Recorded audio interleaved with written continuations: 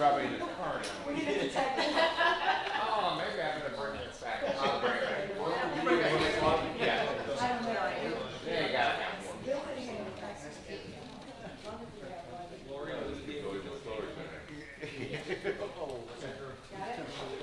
I know. There was another too.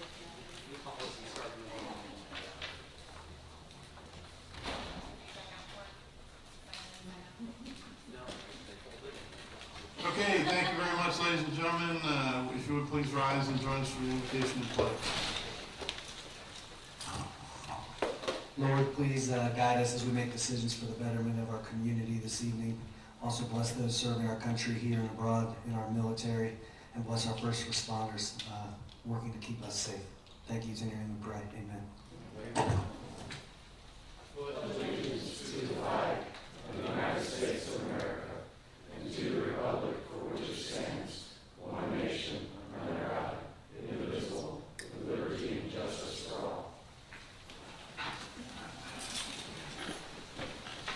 Follow me in order, Madam Clerk, will you do the roll call? Councilmember Doherty. Councilmember Dumont. Here. Councilmember Golding. Here. Councilmember Hoffman. Here. Councilmember Nichols. Here. Councilmember Vogelsang. Here. Mayor Latham. Here. And 19106. I move that we approve the minutes from the council briefing held on June 17th, 2019. Second. Got a motion and a second. Any discussion from the council? Seeing none, all in favor, please signify by saying aye. Aye. Any opposed? By your action, motion carries. Number 8. I move that we approve the minutes of the executive session held on June 17th, 2019. Second. Got a motion and a second. Any discussion from the council? Seeing none, all in favor, please signify by saying aye. Aye. Any opposed? By your action, motion carries. Number 109. I move that we approve the minutes of the regular council meeting held on June 17, 2019. Second. Got a motion and a second. Any discussion from the council? Seeing none, all in favor, please signify by saying aye. Aye. Any opposed?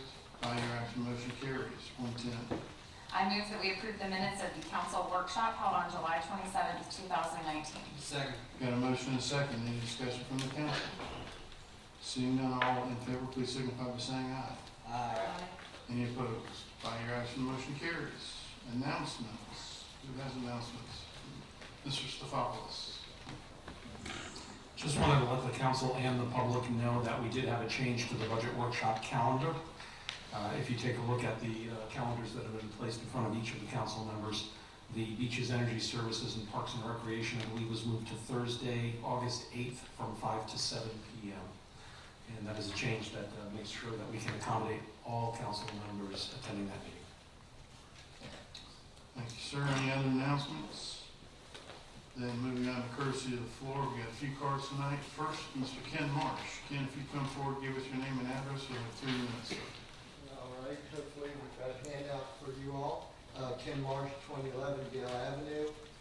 I want to talk about the handout. Sorry for the crowd that we don't have the copies for everybody. But on the first page, first thing I want to touch base is to thank you all for the painting of the pier entrance. It did take about 2 years to get this done. And I just want to say thank you for listening. And Mike, I feel like you've had something to do with this, so I appreciate it. Anybody that had anything to do with it, I appreciate it. On the second page, that's a little bit about me. I'm trying to let you know why I am the way I am. It's kind of a view of my property and 2 pictures of it, one before I got it and one after. I believe in the value of a positive visual experience. And I just wanted to share this with you because this is the same set of eyes that I use when I walk through our downtown. And Charlie, you said it in 2012, you can't fix what you don't see. And this is why I continue to share pictures of the downtown walks with you guys. On page 3, you see the start of my walk today. It starts with the first picture, and I didn't make this up. That is actual vomit between 2 of our bars. Okay, that's 8 o'clock this morning. Right next to it is It's not rain, it's just street slime that's run off. The third picture is the business or the beach's rule sign, which is totally unreadable. It's a picture you've seen before. Page 4 is our town center with many vacant shops. I just ask you to compare this with Atlantic Beach and Neptune Beach Town Center. This is our town center. And then along with those pitched arts where you see the streets are lined with chipped and broken bollards. And the question I have is, how do we ask others to respect our downtown when we don't even respect it ourselves? Page 5. I'm pretty sure that's a homeless person showering in our public shower. I know this because there was a cart right next to it that held all of his belongings. I made sure I didn't get his face, okay, but he's using the shower. I'm just saying, and by the way, that's the third homeless person I got confronted with this morning, okay, the third. So we know we got a problem. And finally, what are we doing with our tree beds? I'll say it again, I believe in being a fiscal conservative, but to allow our downtown to degrade to this level is unacceptable by most standards. I always come here not to complain, but I love this town, and I'm passionate that we can be better than this. And I just want you guys to believe this as well. I hope we can do better. Thank you. Thank you, Ken. Hey, Ken, can I ask you one question? Yes. Sorry. Is this the one that you're talking about where it was vacant? I mean, my pages were on. Yes, yes. Okay. Yes, that's the Sixth Street Town Center. Okay. I think that's actually a church. No, but it's just, That's not? well, it's the whole left side of the building. Okay. Okay. Is what I tried to capture. Okay, thank you. Casey Jones. Casey, if you come forward, give us your name and address. You have 3 minutes, sir.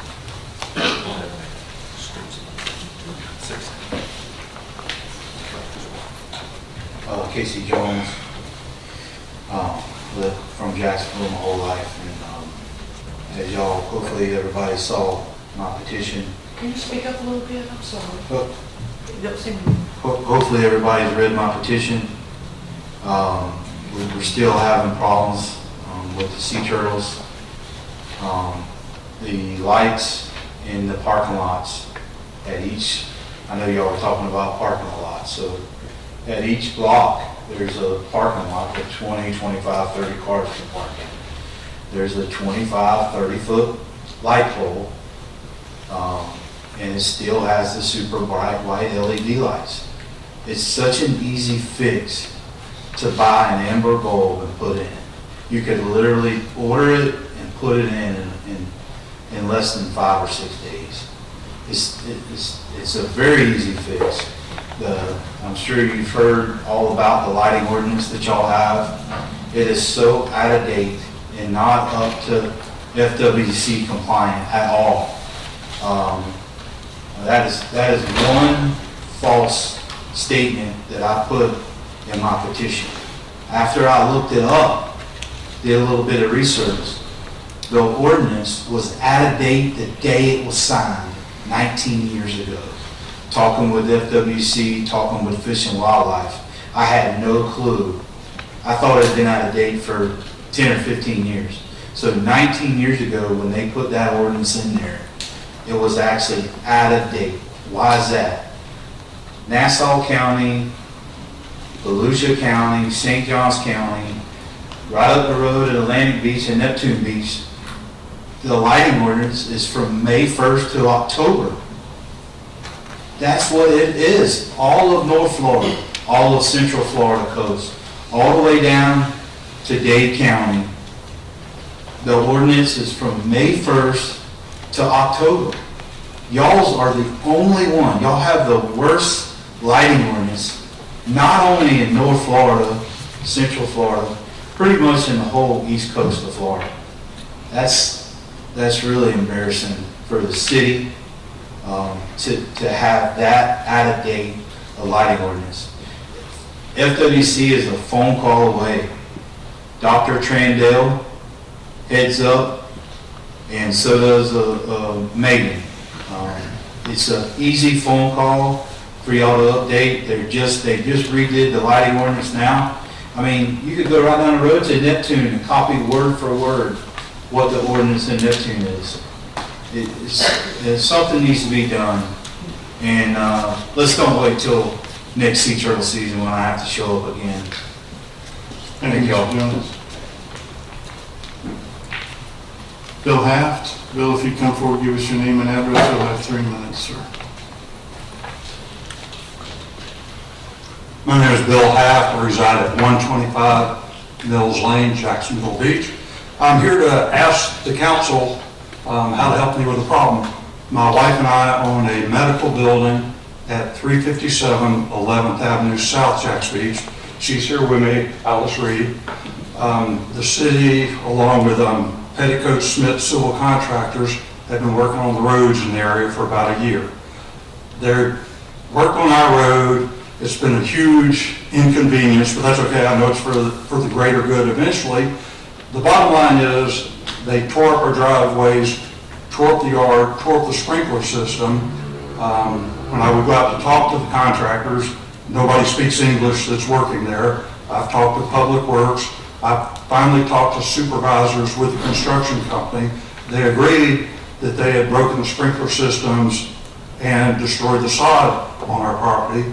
They came back, replaced part of the sprinkler systems and part of the sod, and did not continue after that. They had assured me early on that they would take care of the whole yard, but now they're not doing it, so I'm going to ask you all where we should go next. We're going to have somebody give you a call, sir. Okay, thank you very much. You bet.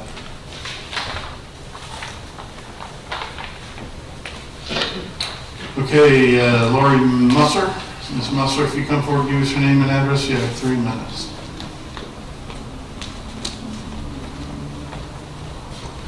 Hello, my name's Lori Musser. I'm at 6670 Rivercrest Drive, but no, I don't live at Jacks Beach, but I won't take much of your time. I am a sea turtle advocate though, and I really don't understand why you haven't done anything about the lights, and you're the only ones. And then the whole ordinance on the sea turtles haven't been updated in, like he said, over 19 years. It's just something to look into. People do look at that, especially like me. I am not from here, but it is kind of embarrassing for the whole city. So it would be nice if y'all could jump on board and do something to help with the sea turtles as well. Thank you. Thank you, ma'am. Appreciate it. Okay, that's it for the cards. Moving on to agenda 19-111.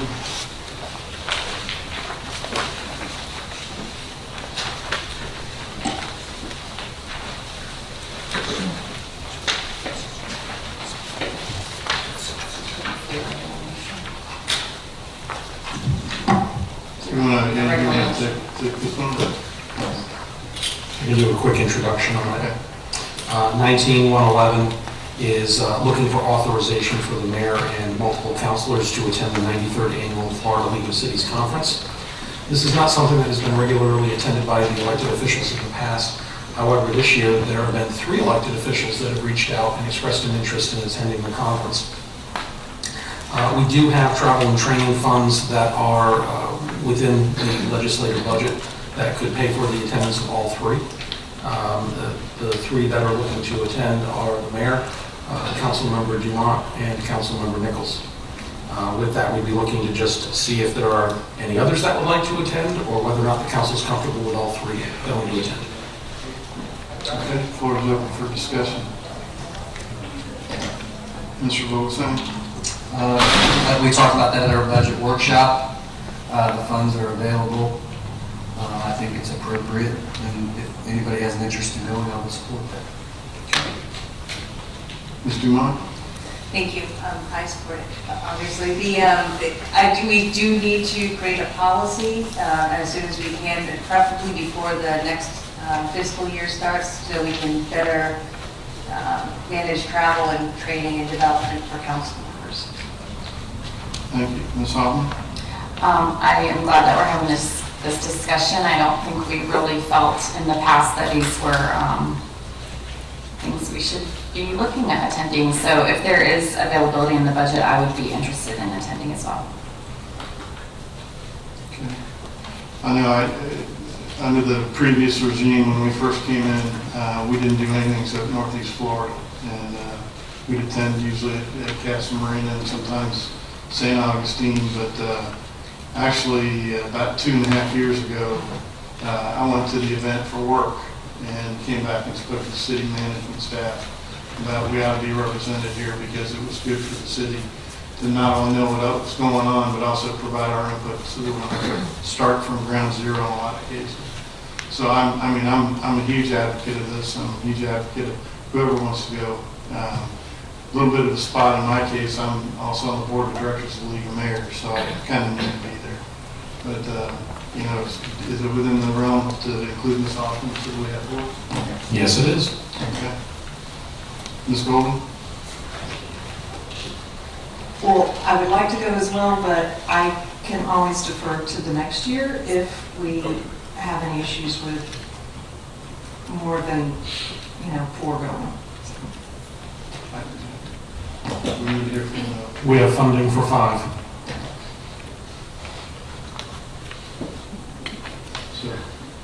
Mr. Nichols?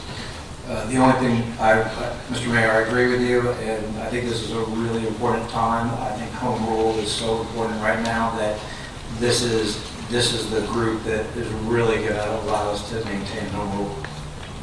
And I think as many people on the council should go that want to go.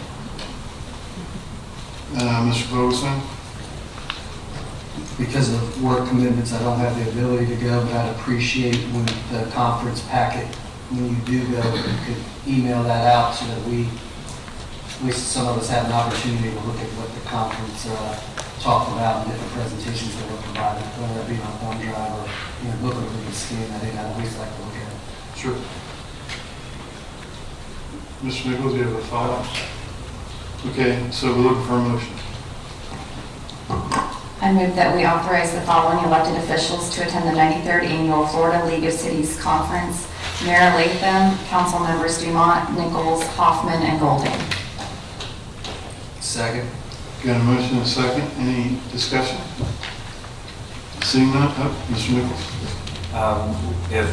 What if Mr. Doherty would like to, Councilman Doherty would like to attend? Is there enough funding for that additional position? Can we put some kind of an option in it for him if he wants to attend? Taking the latest look at the legislative numbers, we can comfortably accommodate 5. So that would be a no. Okay. Got a motion and a second on the floor. Any other discussion? Seeing none, roll call, please. Councilmember Dumont? Yes. Councilmember Golding? Yes. Councilmember Hoffman? Yes. Councilmember Nichols? Yes. Councilmember Vogelsang? Yes. Mayor Latham? Yes. Moving on to agenda item 112. I move that we accept the monthly financial reports for the month of June 2019 as presented in a memo from Ashley Gossett, Chief Financial Officer, dated July 9th, 2019. Second. Got a motion and a second, Mr. Stefopoulos. Ms. Gossett is here if you have any questions for her. Any questions? Any comments from the floor? Thanks, Ashley, you made it. Madam Clerk, can we get a roll call, please? Councilmember Golding? Yes. Councilmember Hoffman? Yes. Councilmember Nichols? Yes. Councilmember Vogelsang? Yes. Councilmember Dumont? Yes. Mayor Latham? Yes. And moving on to 113, please. I move that we approve the purchase of 12 Itron mobile radio handheld devices and associated software from sole source provider Annixter Power Solutions. Second. Got a motion and a second, Mr. Stefopoulos. Here to do a brief summary of this item is Beaches Energy Director Putnam.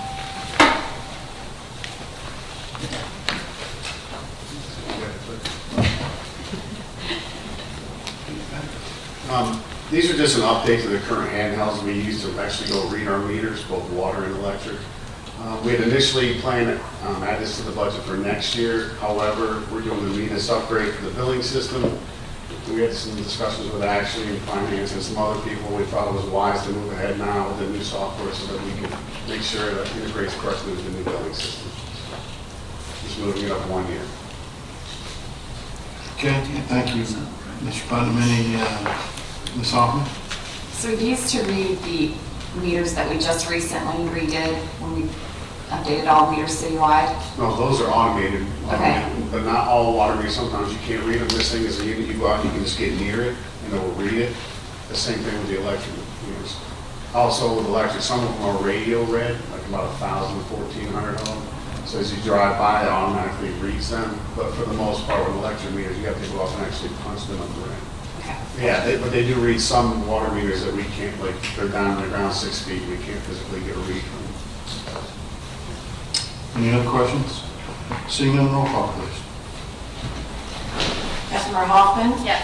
Councilmember Nichols? Yes. Councilmember Vogelsang? Yes. Councilmember Dumont? Yes. Councilmember Golding? Yes. Mayor Lambert? Yes, I'm going to ask everybody to move to tab B. I'm going to alter the ordinance agenda item, and we're going to cover 115 first, and that's because the Pavlo Hamlet folks were here all night last meeting, and so we're going to get them out of here as quick as we can tonight. So moving on to agenda item 115, tab B in your book. Madam Clerk, would you read the ordinance by title only, please?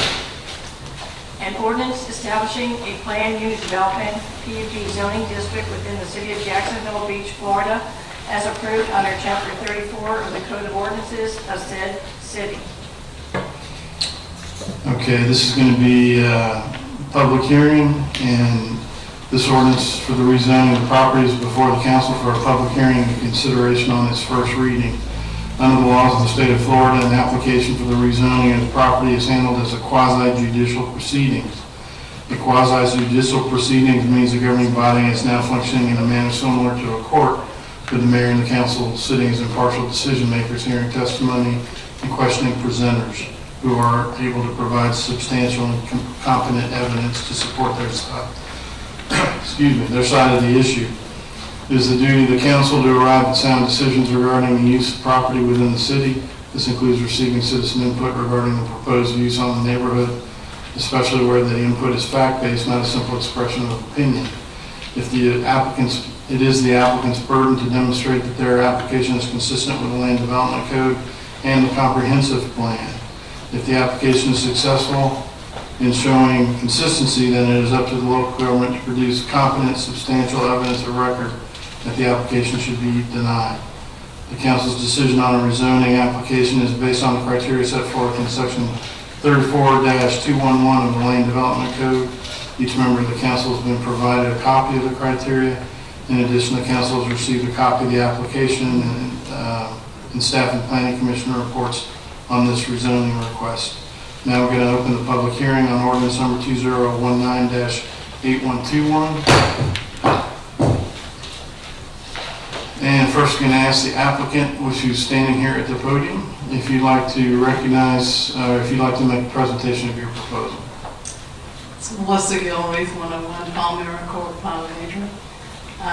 And with the management company that is hoping to add another 84 units to Pavlo Hamlet to alleviate the situation with the senior affordable housing, where we have a 3-year waiting list at Pavlo Hamlet, 5-year waiting list at Pavlo Towers, and not a whole lot of hope of improving the situation without adding more units, which we hope to do using tax credits.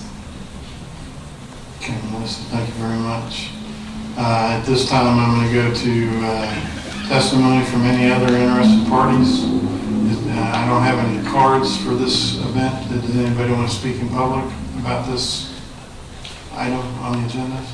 Where is that going to be put? It's at the far end of Shetter Avenue, all the way west where Pavlo Hamlet is. The units will be at each end. There'll be 2 separate units with about 42 units in each building. And it will, in the center that's open right now, there'll be a community room large enough to accommodate all of the residents, which we don't have right now. Okay, great. And is there anybody in opposition to the application that'd like to come forward? Is there anybody else that wishes to come forward? Okay, City Attorney or Director of Planning, do you wish to respond to any comments made by the applicant? No, sir. Okay, applicant, if you wish to respond to any testimony of the staff, we know it's not applicable. We're going to close the public hearing. And now, before requesting a motion on this ordinance, beginning with myself, each of the members is requested to indicate for the record both the names of persons and the substance of any ex parte communications regarding this application. An ex parte communication refers to a meeting or discussion with a person or a citizen who may have an interest in the decision which occurred outside the public hearing process. I have none. I've had no contact or ex parte communication. Mr. Nichols, we'll start with you. I have none. None. I've had none. None. I've had none. Great. Now, at this time, we're going to request an ordinance as read by title, please. Or a motion as read by title. I move that we adopt ordinance number 2019-8121, establishing a planned unit development PUD zoning district within the city as provided under Chapter 34 of the Code of Ordinances of the city. Second. Got a motion and a second, and before opening the floor for discussion or questions by the council, please be reminded that our decision will be based on the criteria set forth in the Land Development Code, and the council is required to approve a clear statement of specific findings of fact, stating the basis on which such facts were determined and decision was made. At this time, I'm going to open the floor to the council. This is second reading on this ordinance. Any questions or comments about this ordinance? Second reading. Seeing none, Madam Clerk, can we get a roll call? Oh, wait a minute. Yep. Can we get a discussion? The floor is closed. Madam Clerk, can we get a roll call, please? Councilmember Nichols? Yes. Councilmember Vogelstein? Yes. Councilmember Demott? Yes. Councilmember Goldie? Yes. Councilmember Hoffman? Yes. Mayor Latham? Yes. Congratulations. Thank you very much. Okay, we're going to move back to tab A. This is also a public hearing, so everybody bear with me. I think I've had this committed to memory by now. Okay, Madam Clerk, can we get the ordinance read by title only, please? An ordinance establishing a redevelopment district, RD zoning district within the city of Jacksonville Beach, Florida, as provided under Chapter 34 of the Code of Ordinances of said city. Okay, once again, this ordinance is for the redevelopment district. RD zoning of the property is before the council for public hearing and consideration on its first reading. Under the laws of the state of Florida, an application to amend the zoning regulations or a map governing a property is handled as a quasi-judicial proceeding.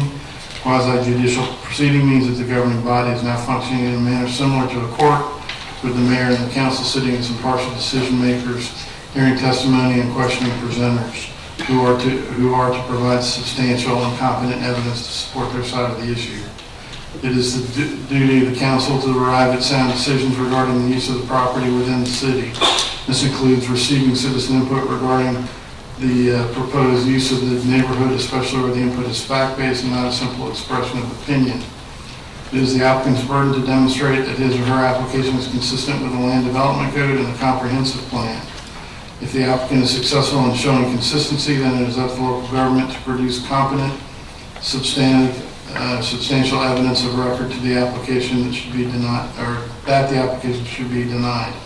The council's decision on RD's rezoning application is based on criteria set forth in section 34-347C3I of the Land Development Code. Each member of the council has been provided a copy of the criteria. In addition, the council has received a copy of the application and the Staff Planning Commission and Community Redevelopment Agency's recommendation on the rezoning request. Now open the public hearing on ordinance number 2019-8120. Mr. Mayor, just one clarification. If this is the second reading, I know this says Did I first. say? I know, yeah, I It's just a apologize. typo, but just to clarify for the record. it's the Thank second. you. Everyone, this is the second reading. Thank you, Mr. Vogelstein. Okay, we're going to open the public hearing and ask the applicant and the spokesperson if you'd like to make a presentation for your proposal. Well, thank you, Mr. Mayor. Steve Evenhout, 1 Independent Drive, Suite 1200. Here on behalf of the applicant, we do not have a presentation. We just want to make ourselves available if there are any questions. At the prior hearing, competent substantial evidence was presented in the form of the staff report and the testimony that was received by the city council, and as a result, we feel like we're in a position to move forward tonight. We appreciate the vote on first reading, and we're available to answer any questions that may come up this evening. There were some questions asked at the last city council meeting that we responded to individual members about, and then if there's any additional question or information required, we'll be happy to We'll cover that during ex parte. Yes, thank you. Okay. Going to open the hearing then from other interested parties. I got one card from Ken Marsh. So Ken, if you'd like to come forward, give us your name and address. You'll have 3 minutes, sir. Ken Marsh, 2011 Gale Avenue.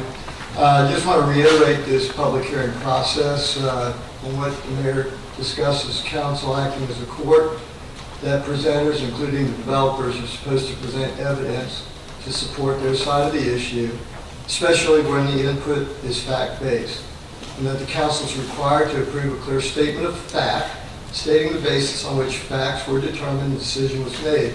So when I went through the first reading, I've got some concerns that perhaps the vote is for the ordinance is not based on fact, but on opinion.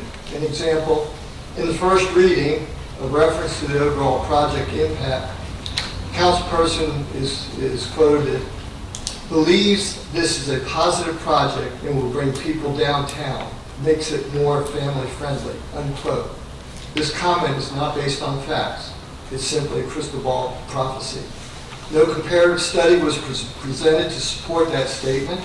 No statement was made that indicated that similar hotels were built in city XYZ, and that drove downtown investment for restaurants and shops, which is what the citizens want. Another example, several council people voted in favor of the ordinance, but had concerns on parking, trash pickup, potential safety items, skepticism on employee counts. On that note, I'd say, as of December 2018, there were 414 Spring Hill suites nationwide. In an effort to be more fact-based, could we not confirm with some downtown city locations where Spring Hill has existing hotels and inquire, do they have any parking issues? Do they have any problems with the guest drop-off and check-in process? How about garbage sanitation issues? The actual number of employees on hotels of similar size. Is the restaurant similar to another that they have? What's the concept? Are we getting one ocean, like in Atlantic Beach, or are we getting chips and dips? Maybe the developer will say that our hotel, along with our downtown, is unique and there's no comparative analysis available. If that is the case, and we have no data and we have no facts, then surely the entire impact of this project is a crystal ball prophecy. The thought that this will drive growth towards restaurants and shops and operate like a well-oiled machine is very possible. Equally possible is that this will fuel our current barred town reputation, be the new Florida spring break location, and become an operational disaster. I have no doubts that this ordinance will be approved tonight. But again, I would like to emphasize that some degree of comparative study or data is stronger than plain conjecture. Ms. Dumont said this in the first reading. This is big. We need to get this right. Thank you. Thank you, sir. Any other participants like to come forward and address this issue? Okay, any in opposition that would like, any in favor or in opposition that would like to come forward? Okay, in that case, City Attorney or Director of Planning, did you have any additional comments that you need to respond to? Not at this point, sir. Okay. In that case, we're going to move back to the applicant and give you an opportunity to respond to any of the testimony by staff or the public. Well, thank you, Mayor. I would just like to say a couple of things about Mr. Marsh's comments. The first one is that although members voiced opinions about the project, there was also plenty of competent, substantial evidence on the record. Just because somebody said that they felt one way or another about an issue, that wasn't the only basis for the approval. and that was clearly reflected in the record at the first vote. Also, family-friendly isn't the criteria, so even if that was something that was an opinion or the decision was based on it being a family-friendly project, that's not a criteria in the code, so it's really irrelevant. Parking, we had a lot of conversation about the parking in lieu of program, so the fact that we are participating in the pilot program means that we meet the parking requirements. Trash pickup, you may recall we had lots of conversations about the location of the trash, where it would be picked up, the 2 stories available underneath the building for the dumpsters to back in and move out. Again, I think we sufficiently covered trash. The employee counts, Mr. Grace went to great lengths to describe the number of employees on shifts, how it affected parking based on other Spring Hill suites and other locations, and provided those calculations at the hearing as well. And as far as comparing this to others, I think we've done that, but that also is not a criteria for your evaluation. The ordinance that the city attorney's prepared addresses the concerns, it addresses the relevant portions of the code, and as a result, we feel like that we've met our burden, and that this is completely consistent with the ordinance and with the criteria that are required to evaluate the rezoning. So we'd ask for you to vote in support of it this evening. Thank you, sir. Okay, and that, we're going to close the floor to comments. Moving on to ex parte communications, again, before reading the motion on the ordinance, beginning with myself, each of the members is requested to indicate for the record both the names of persons and substance of any ex parte communication regarding this application. An ex parte communication refers to any meeting or discussion with a person or citizen who may have an interest in this decision which occurred outside of the public hearing process. Again, I did get an email from Mr. Diebenauer before the first reading, but nothing since the first reading. So, Mr. Nicholas. I've had no additional ex parte communication other than what we discussed prior to at the first reading. I've had ex parte communication emails as well as phone calls with Steve Diebenauer regarding parking, traffic flow, the look and feel of the hotel, and he did send me a couple revisions of some of their outdoor plans, and then we discussed a couple other things that they were looking at doing. Parking, the traffic within the parking place, public art, retractable awnings. I think that was everything. I've had none. I've had none since the prior declaration. I had an email from Valerie Thomas. She spoke at the last meeting, and then she emailed me after the meeting, and she just, I believe she lives in the Metropolitan, and she has concerns about the design of the building and how it looks. And then I also spoke after the last meeting with Gary Paytow, and he just spoke further about his concerns that they could do better with engaging people on First Street with this design. Do we, can we talk a little bit more about these revisions? Are you getting ready to do that?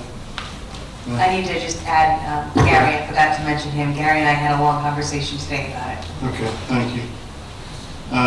Can we talk a little bit about these revisions? Because evidently one council member shared about them and the rest of us have not. Sure. Well, you may recall that there were concerns about the internal flow of traffic inside the garage. And we went over these with staff this afternoon, and I'm going to pass these out so that you can at least see a picture of them. But these are revisions that we can make as a part of the permitting process. They're not ones that are required to be made as changes to the rezoning. So I've got, it's 2 pages, and they're correlated. Oh,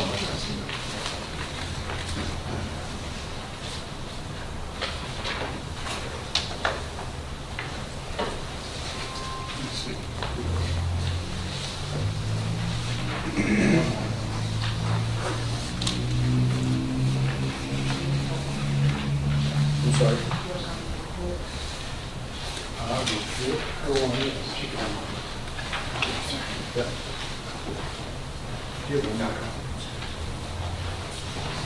Okay. On the first page, you may recall there were questions about the internal circulation in the previous plan. There were basically 4 rows of parking shown. What this plan does is that there is actually a drive aisle created on the eastern side of the building underneath. And what that does is that those 4 parking spaces will be the last ones. We'll take out the stop bars, and it will allow for internal circulation. Those spots, those 4 parking spots, will be the last ones filled if the garage ever gets to full capacity. Otherwise, it'll be available for internal circulation. And we think that that will prevent the condition that was raised, or the potential condition of people making U-turns to go in and out of the building in the same place. And then that was the primary, that was the real, I guess, the safety issue regarding parking that was discussed. And this plan is one that, in talking about it with staff, is one that we can take care of when we go through the permitting process. I'm more happy to talk about it more, but it's a very simple idea. Removing wheel stops so the cars can drive around inside the garage. Mr. Mott, do you have any other recollections of any modifications? Oh, no, that was one of them, but aren't those 8 spots? Because you have the double spots on each side? Yeah, that's a good point, yes. It's actually 8 spots, right, but I guess there would be 4 wheel stops is why I was thinking of it. But yes, it's 8 spots that are pulled out in order to create the drive aisle. And so, yeah, this was the discussion with the traffic flow. Then there was the outside boardwalk area with retractable awnings, and on the solid spots up there that have just colors right now, that would be public art. So they can turn into murals. Which spot was that? Yeah. Ooh, yes, those. Show off.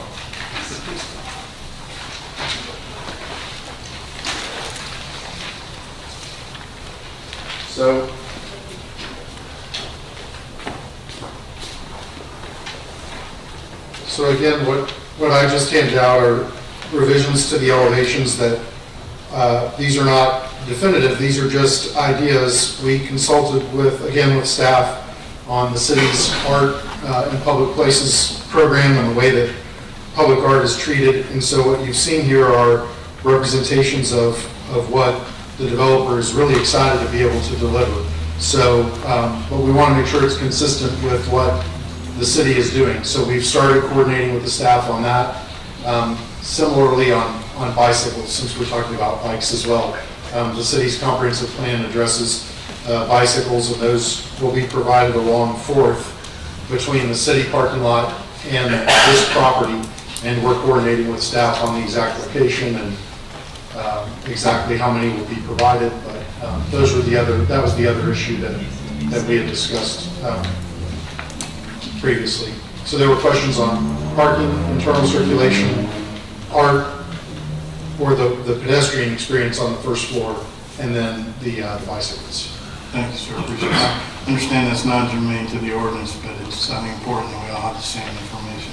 Right. And, okay, before opening the floor, I'm sorry, I need a motion. I move that we adopt ordinance number 2019-8120, establishing a redevelopment district, RD zoning district within the city as provided in Chapter 34 of the Code of Ordinances of the city.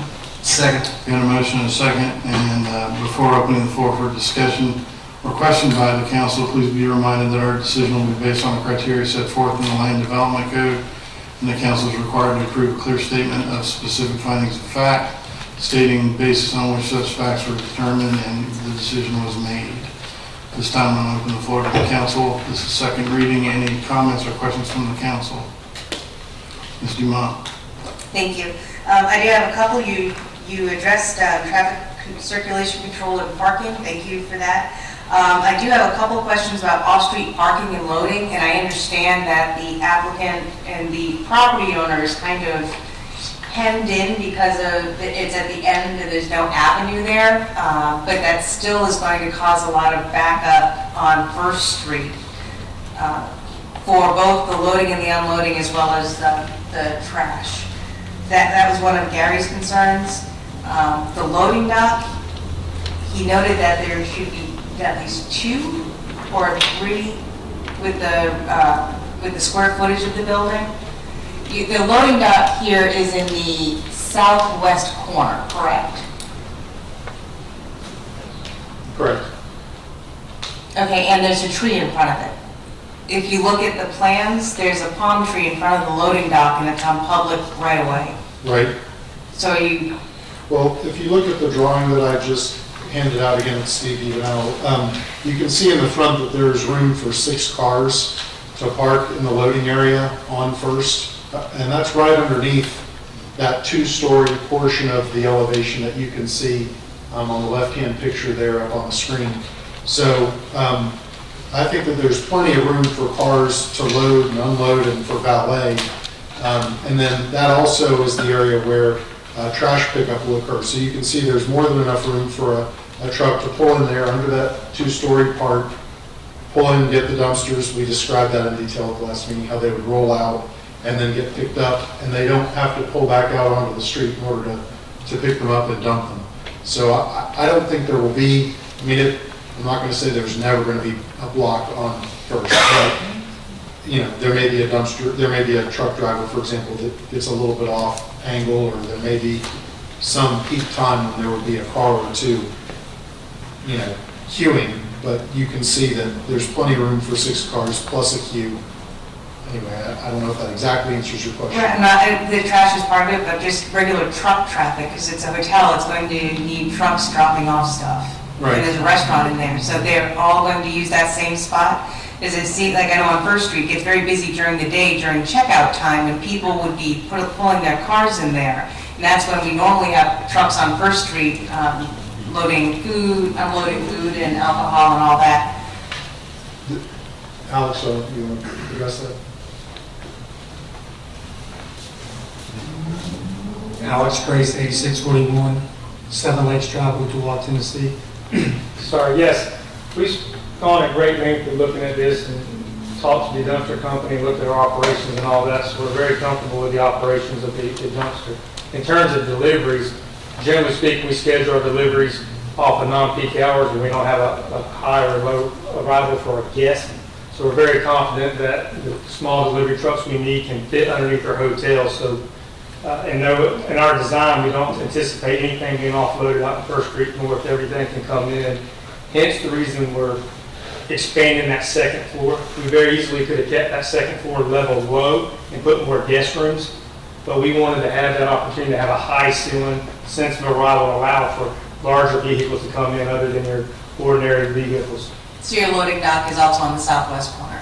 Yes, ma'am. In respect to the loading dock, we don't have a loading dock. We have our trash compactor that's in that southwest corner that's concealed. So in reference to a loading dock, we don't have a loading dock. And you have no doors that go straight out onto First? Right now we do, in the render, show that the doors are opened up behind the trees, but that will be modified. Oh, I'm sorry, I don't mean like people doors, I mean like truck doors. No truck doors, no. That's all I have for that one. Off-street parking, open space requirements. It's 100% lot coverage, and I believe your open space requirements, you noted that was... Yeah, we had, again, Steve Evenell, I think we had a detailed conversation about the FAR for the property, and we did the math at the last hearing, and I think the maximum that was permitted was 3, and I think we're somewhere around 2 or 2.1, I can't remember the exact math. But we meet that criteria in the comprehensive plan, yes. And you're doing it within the pool area? Correct, yeah. Environmental, because we just had the turtle guy, I'm sorry, I should call you. Casey Jones mentioned the sea turtles. Right. This hotel knows about the lighting and all of that being on the ocean? Yes, so our engineer is a local civil engineering firm, Connolly & Wicker. They're familiar with all of those requirements, and they'll certainly comply with everything that comes in from DEP on that subject. Those are all my circles. Thank you. Thank you. Anyone else? Ms. Goldman? I wanted to bring up the restaurant again. I talked about it the last time because I hear a lot from residents that, you know, they want things in the downtown area to do.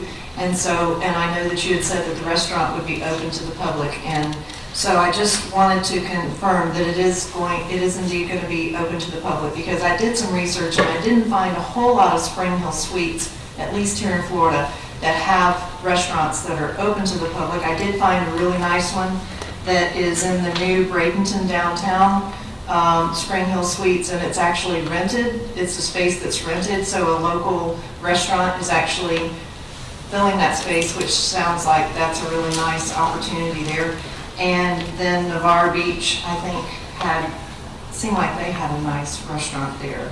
But anyway, so I want to confirm that you do intend for it to be like a full-service restaurant that the public could enjoy. Yes, absolutely, and again, recall we had the conversation about how, or we might have had it actually at the Community Development Board, or anyway, about how the space was going to be secured with swipe cards, you know, if you want to go into the pool area or the rooms, but you can walk up the stairs and get to the restaurant from the boardwalk.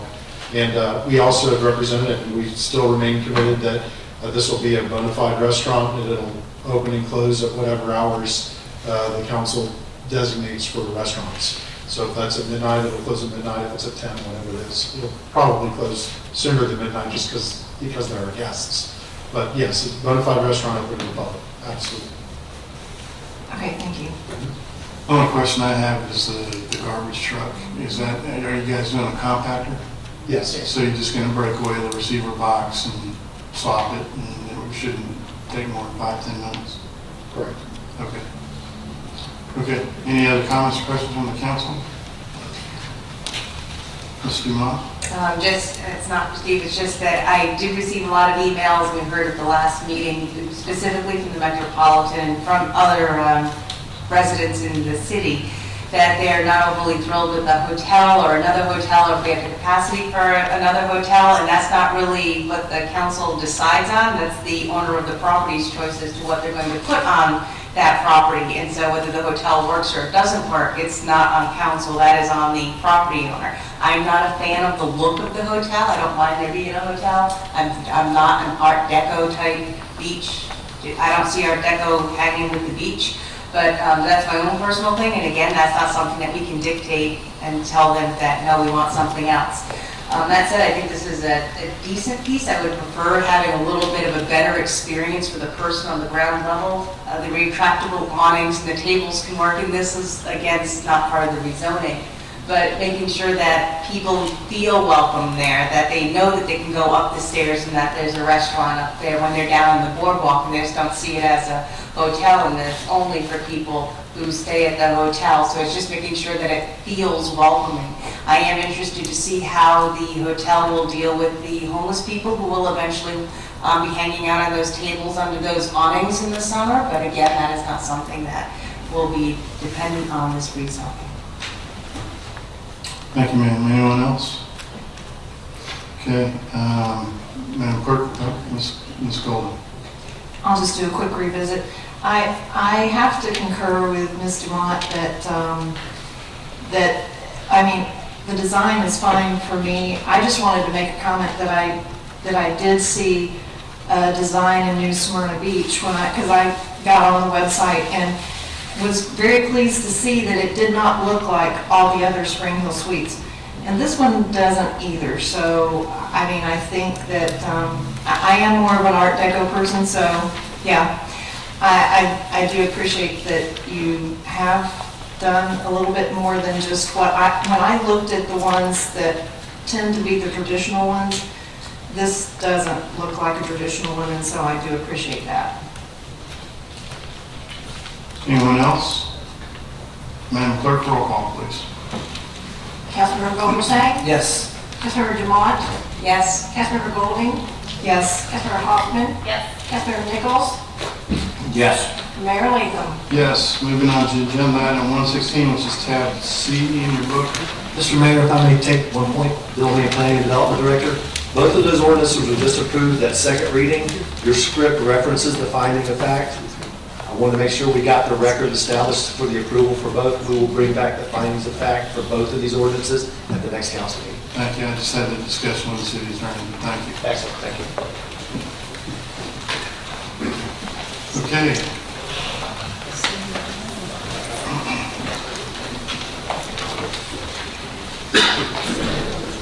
We're moving on to agenda item 116, which is ordinance number 2019-8122. Madam Clerk, would you please read the ordinance by title only, please? An ordinance to amend an ordinance enacting and establishing a comprehensive land development regulation and official zoning map for the incorporated area of the city of Jacksonville Beach, Florida, as authorized by Chapter 163.3202 Florida statutes by amending Article 7 zoning districts, Division 2, Section 34-34-3, Commercial General C-2, Paragraph D, Conditional Uses, to add craft distillery as subparagraph 18, to repeal ordinances or parts of ordinances in conflict herewith and for other purposes. Thank you, ma'am. This ordinance is for the amendment of the Land Development Code is before the council for public hearing and consideration under its first reading.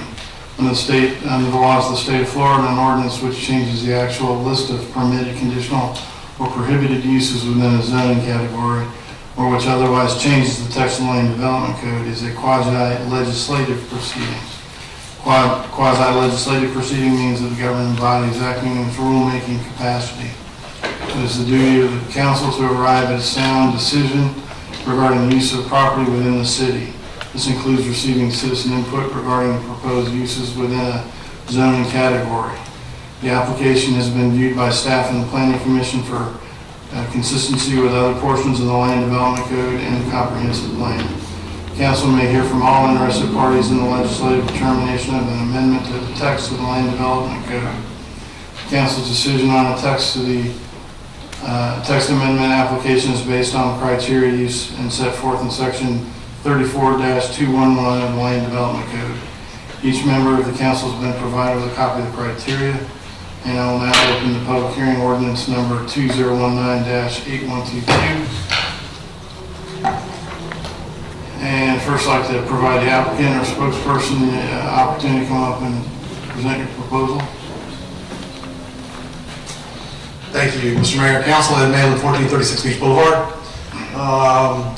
Today, legally permissible use for craft distilleries exists in Jacksonville Beach in industrial zoning. My request is a simple one to allow that same craft distillery via conditional use on commercial space, specifically the Angie Subs lot. My goal, or one of my goals in this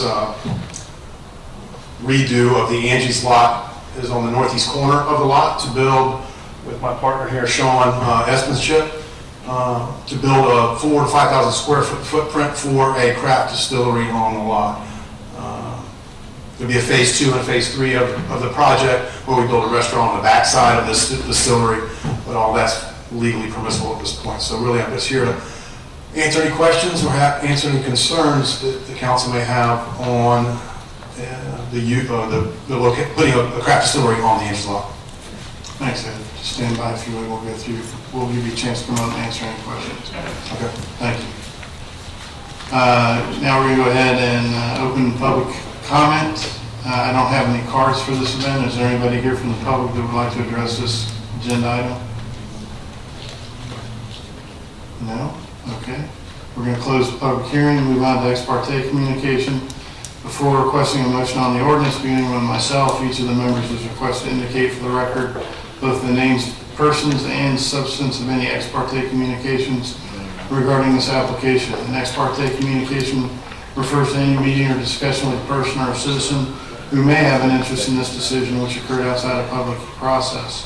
I have not had any ex parte communications, and we'll start with Mr. Nichols. I have not had any ex parte communication. I have not had any. I've had none. None. I was having lunch at Angie's, and so I had ex parte communication with Mr. Malin, as well as my neighbor who was having lunch there as well. And so Ed told us a little bit about what he was planning to do, which was really no more than what he just described.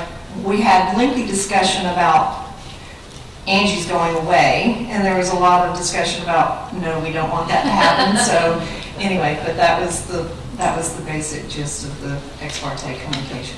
That was probably one of the most thorough substance for you. Thank you very much. Okay, before opening the floor to discussions or questions by the council, please be reminded that decisions will be based on the criteria set forth in the Land Development Code, staff's report, and the recommendation of the Planning Commission, and the public input at all hearings. At this point, I'll open the floor for discussion from the council. Anybody have any comments? Ms. Dumont. Thank you. I have a question for the city attorney. When the planning commission approved the use of craft distilleries in the industrial zone, I guess that was about 4 or 5 years ago-ish. I remember there was a conversation about the consumption of the spirits in that location, was that they could not do that. But I don't know, and I don't recall if that was within the craft distillery definition and part of the code, or if it was that there was no alcohol consumption in the industrial zone. And I'm sorry I didn't give you a heads up on that question. I just sat here thinking about that. It's like I've been through this before. Right, because that does predate my tenure, so that's going to be a little hard for me to answer. Now, there are certain state licensing requirements, obviously, for the consumption of alcohol. Craft distilleries do have an option of actually applying for a specific license, which would allow for consumption on the premises. So I'm not sure. I'd have to look back 4 years ago to see what the discussion was within the industrial zone. If you allow for the craft distillery, it would allow for the consumption, assuming they have the proper state licensing. Okay. That's the, Does that answer the question? yeah, and for me, it's not that, it's that this applicant, I'm also looking at everywhere in a C2 zone, that's all of Beach Boulevard. And of a slight concern is on the west side, northwest side of Beach Boulevard, that abuts a residential single-family neighborhood.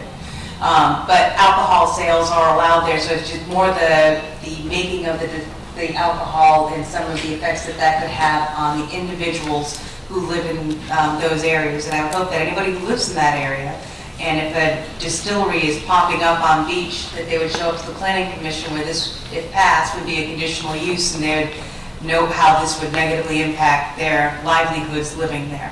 But that's a concern, as I put that out there for anybody who might care about that in the future. Thank you, ma'am. Any other comments by the council? Ms. Hoffman, I need a motion, please. I move that we adopt ordinance number 2019-8122, amending the Land Development Code to add craft distillery to the list of conditional uses in the city's commercial general C2 zoning districts. Second. Got a motion and a second. Any additional discussion by the council? Seeing none, roll call, please. Councilmember Dumont? Yes. Councilmember Golding? Yes. Councilmember Hoffman? Yes. Councilmember Nichols? Yes. Councilmember Vogelsang? Yes. Mayor Latham? Yes. Moving on to agenda item 117, and reminder to everybody, the last ordinance that we just passed is on the first reading, so there will be a second reading in our next meeting, which is the first week of August. Okay, here we go again.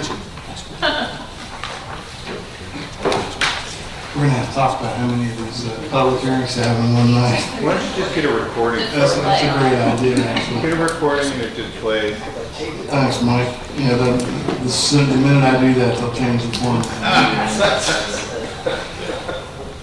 Okay, Madam Clerk, could you please read the ordinance by title only, please? An ordinance of the City of Jacksonville Beach, Florida, amending Article 8, Supplemental Standards, Division 2, Section 34-408, Medical Marijuana Treatment Center, dispensing facilities and pharmacies, amending the proximity requirements to comply with 381.986 Florida statutes, providing for codification, providing for severability, providing for repeal of conflicting ordinances, and providing for an effective date. Okay, thank you. This ordinance is for the amendment of the Land Development Code is before the council for a public hearing and consideration on its first reading. Under the laws of the state of Florida, an ordinance which changes the actual list of permitted, conditional, or prohibited uses within a zoning category, or which otherwise changes the text of the Land Development Code is a quasi-legislative proceeding. A quasi-legislative proceeding means the governing body is acting in its rulemaking capacity.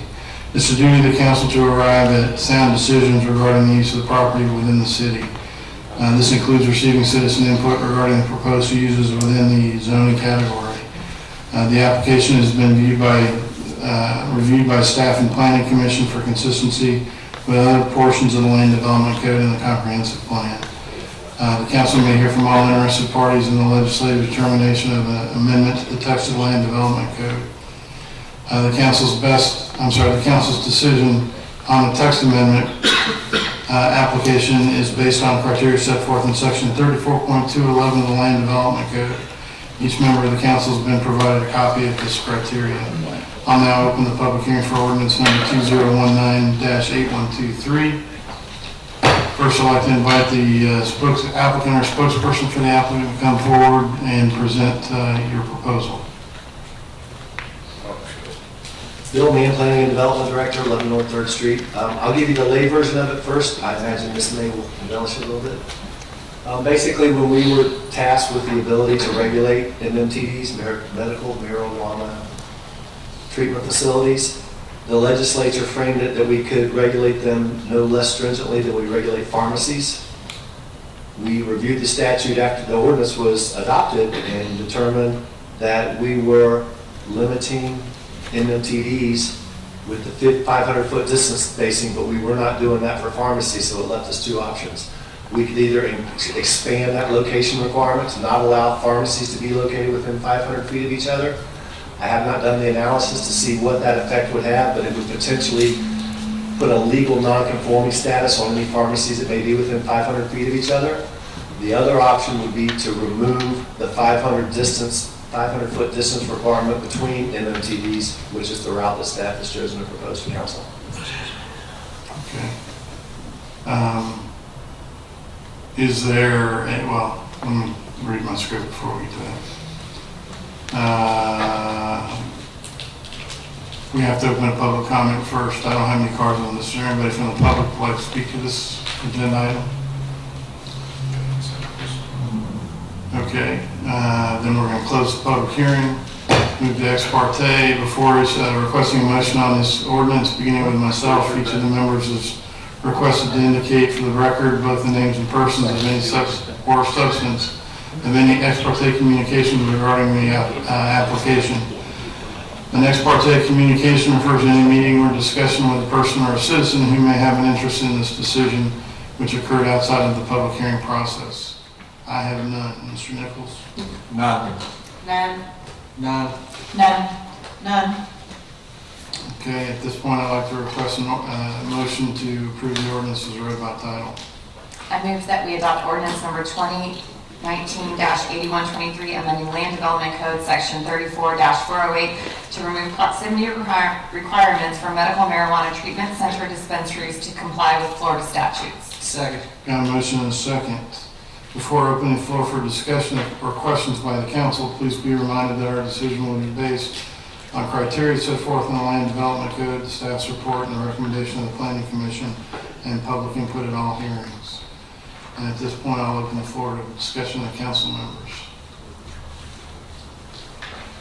Got no comments. Mr. Mann, let's talk about how many pharmacies are out there, big box pharmacies, that if we were to try and implement the same distance separation requirement. Have you looked at cursory look at all? Or? No, sir. As I mentioned a minute ago, I have not done the analysis for existing facilities, but to the extent that any of them are within 500 feet of each other, they would be immediately made legal non-conforming uses. They would be allowed to continue. If they could not expand at all. If they were to be vacant for a 6-month period or longer, they would lose that non-conforming status, which would affect, obviously, the marketability of them down the road. But I have not done the analysis to see which existing pharmacies would be affected. So there basically anybody who was in the 500 feet or whatever the linear designation is would be grandfathered? Yes, sir. Okay. Anecdotal term, yes, sir. Okay. Anybody else have questions? Follow up on that, would it apply to both entities? Or would the second entity, I know they'd be legal, non-conforming, but as far as not being able to change or sell, does that apply to both? Or does it only apply to the person that came second? Actually, the sale of it would not necessarily be an issue unless it were vacant for 6 months. I was thinking about the reoccupancy of it. If it's a store designed for that use, one of the seemingly initial consumers would be somebody that does the same thing. Just the transfer of sale, if it's an open business, would not affect that. The fact that it was legally non-conforming would carry on, but it wouldn't affect that necessarily. Ms. Dumont? Thank you. Is there already a state regulation on how many medical marijuana dispensaries there could be within a city? No, ma'am, you might want to direct that to Ms. May, though. Mrs. May, excuse me. I'm sorry, could you repeat? Are there any limitations or requirements currently on medical marijuana dispensaries as to how many they can be in a city or anything like that? The state regulates how many there can be overall. There's a lot of litigation going on with that at this moment. So I'm not sure where that's going to land, but it will be state control and not city control. What we were able to do, we did do, which is to control it by zoning. What we did end up adding into this was a 500 feet distance from two centers, which is not in the statute. I think our intent was always to follow what the state statute allowed us to do.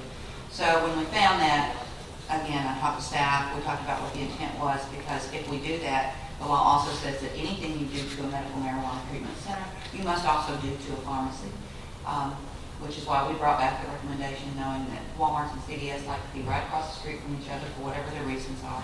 And we didn't know how many mom and pops existed out there who may be impacted by this as well. So that was our reason. Thank you. Anyone else? Okay, Madam Clerk, can we get a roll call, please? Councilmember Golding? Yes. Councilmember Hoffman? Yes. Councilmember Nichols? Yes. Councilmember Vogelsang? Yes. Councilmember Dumont? Yes. Mayor Latham? Yes. Moving on to our final agenda item for this evening, which is 118. This is not a public hearing. And so I need a motion, please. I move that we adopt ordinance number 2014-8058, establishing a redevelopment district, RD zoning district within the city of Jacksonville Beach, Florida, as provided under Chapter 34 of the Land Development Code of the City of Jacksonville Beach Code of Ordinances. Second. Got a motion and a second, Mr. Stefopoulos. I'm going to let Ms. May do the introduction to this one due to the legal basis that's being heard again tonight. Thank you, Mayor and council members. The ordinance before you was originally heard by the City Council in July 21st, 2014, and a final hearing was held September 15th, 2014. It was denied on a vote 4-2 with one abstention. Findings of fact included that the application did not comply with a 500-foot separation between alcohol establishments and exceeded outdoor seating allowable. The applicant appealed that denial to the circuit court. That court upheld the city, but it based that decision on the concrete substantial evidence only that we were able to use 34-211 of our code in order to reach those sections of the code, including the 500 feet separation between alcohol establishments and the outdoor seating. That decision of the circuit court was appealed further up to the DTA by the applicant. The court held there that it was error for the lower court to find that we could use the criteria of 34-211 for this RD zoning application. Instead, the city was bound to apply only the criteria of 34-347C3I, which does not allow for the application of the Land Development Code as a whole, which includes that 500-foot separation and the outdoor seating criteria. The criteria that is allowed is in your packets. Note that in February of 2018, the city did amend 34-347 for the RD zoning to include 34-211 for future applications.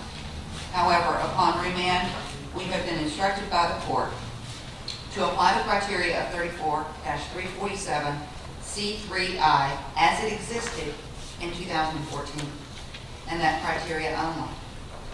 Further, the court has mandated that the city is not permitted to reopen the record. In other words, this is not a new public hearing. It must be based on the record as it existed September 15, 2014. I did put the transcript of that hearing within your packet so that you could review those hearing transcripts. A copy of the application, the transcripts, and the hearing are all for your review. Again, the competent substantial evidence that the court originally found was only on the 500 feet separation and on the outdoor seating. That was overturned by the first DCA, and we cannot use that criteria tonight. I hear for any of your questions or clarifications. Again, this is not a public hearing. We are not allowed to reopen it. Therefore, the applicant will not be making a presentation. We will not be hearing from the public. This is based solely upon the record as you had it. And this is not going to be read twice, only read once? That is correct. You're going to look for remand. Okay, Mr. Nichols? So if I'm understanding correctly, the two reasons that it was denied originally, we are not allowed to use those two reasons to deny this. Those two no longer exist within 34.347(c)(3).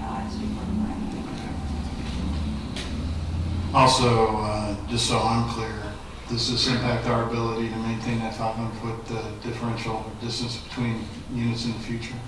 It will not in the future. Future applications will be able to, for any RD rezoning, will be encompassed under 34.211 and will encompass those all under that one code. Okay. Any other questions from the council? Seeing none, roll call, please.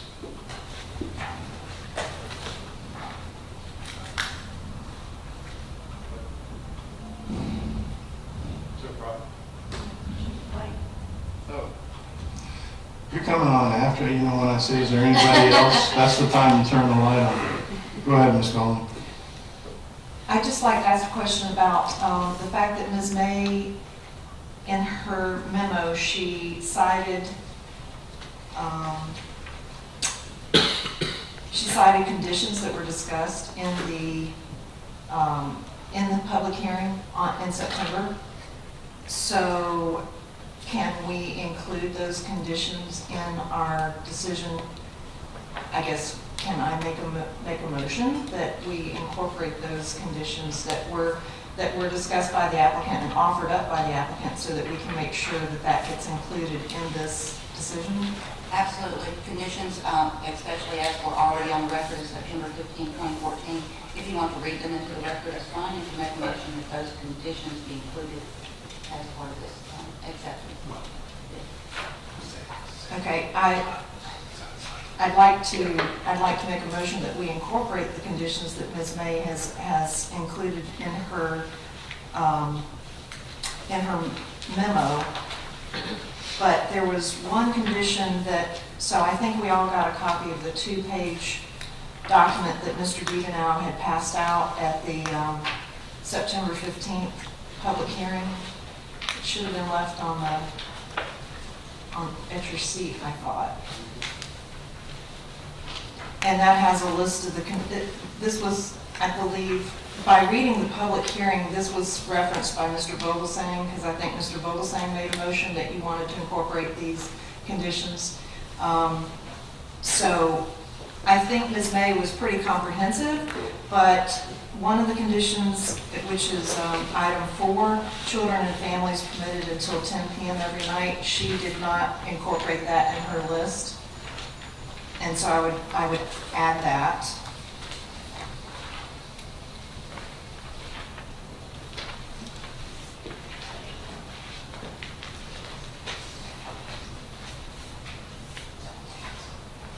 Well, okay, I'm making a motion, but I do have a question. For point of clarification, because Mr. Mann, I was looking and there seemed to be mention of 23 parking spaces in some of the documentation, and then there was 20. I saw 22. And so, which one is correct? Is it 22 plus 1 ADA? Through the man, Bill. Excuse me. Through the chair, Bill Mann, planning director. Sorry, long night. If you give me about 2 minutes, I'll count the spaces on the approved site or on the site plan that's proposed, and I'll give you that answer. I just don't know off the top of my head. Give me 1 minute.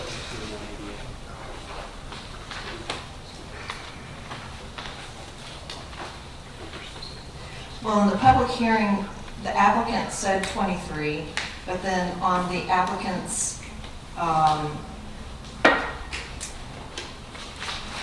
application, I guess that's the proper terminology, it said 22, but the public hearing said 23, and then Mr. Mann in his memo said 23. So I wanted to make sure that that's correct. We're just looking for clarification that it's 23 parking spaces.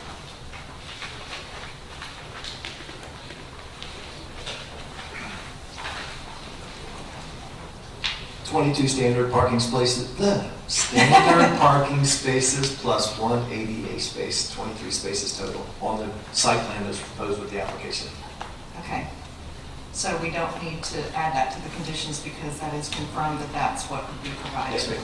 Okay. So then my motion would be that we approve it with the conditions that Ms. May has incorporated in her memo, plus the children and families permitted until 10 p.m. every night.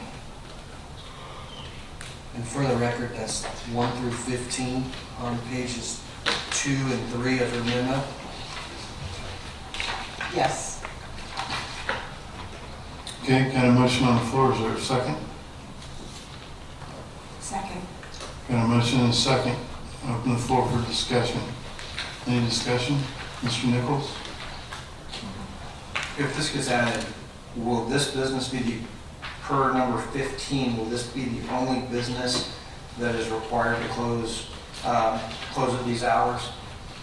I mean, prior to what our normal closing hours for SRXs or whoever is, I mean, is this going to be the only business that the city is requiring to close early? I don't have a number on that, so I don't have a number. Point of clarification, that I don't think you're talking about the motion that's there. This is that families and kids have to be out of there by 10, not the hours of operation. Correct. You're talking But about I mean, that's a separate. part of the motion was reading all 15 of these in it. But number 15, agree to limit the hours of operation for 1 year with the ability to revisit after 1 year, Sunday through Thursday to midnight, Friday, Saturday to 1 a.m. It seems like that's penalizing this one business above anybody else in the downtown business district. I would just note that all 15 of those came from the transcripts that were given you, that were given on the record back in 2014. Okay. All these conditions were continued to by your applicant. I would like to add that I did go through the public hearing notes, and I did confirm that that was stated by the applicant that they would agree to that. Okay, Ms. Hoffman? Are we correct in operating on the assumption that the same exact business proposal is going into this location as we've heard prior? I cannot tell you what they will actually, whether it will be called Surf of the Bar. That would be a question for the applicant. What I did ask is if they were coming back to this hearing on the same application, and I was told yes. Won't we have the opportunity to put conditions on them at a later time when we actually see what the proposed business is going to be? I guess I feel a little uncertain putting these conditions on there without the business having the opportunity to, or the applicant having the opportunity to respond, which they don't have at this point. I mean, we're just assuming that 5 years ago, all conditions are equal. They've already opened the business that they originally proposed. So I don't know that all things are equal. Maybe they are. What I was told by this applicant was that they were bringing back the very same application, because if they were not, we would be opening the public hearing. Because if it were a new Okay. concept, everyone would get to speak to it. But they chose to come back on the application as they had presented it. Exactly the same concept, exactly the same applications. So we're taking information from hearings 5 years ago that were agreed upon by the applicant and the city, and going ahead and carrying those forward. That's what the proposed amendment is to do. Okay. Ms. Dumont? Thank you.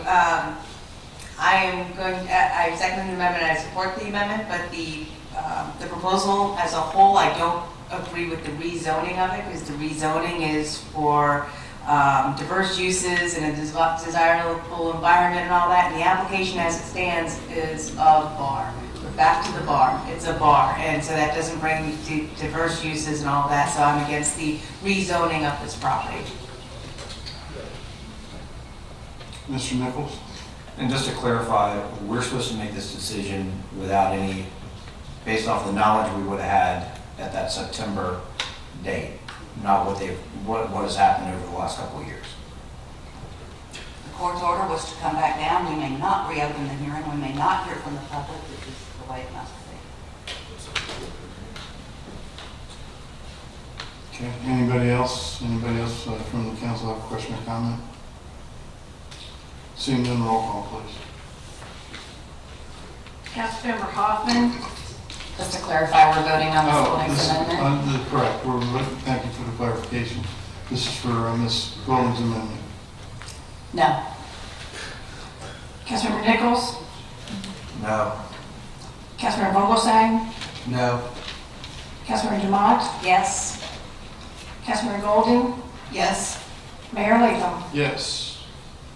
Okay, now we're going to go back to the original agenda item. We've got a motion on the floor and a second. Is there any additional discussion?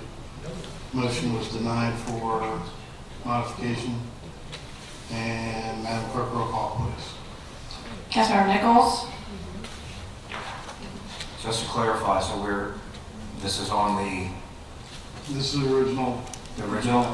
The ordinance. Yes. Councilmember Vogelsang, Yes. Councilmember Dumont, No? Councilmember Golding, Yes?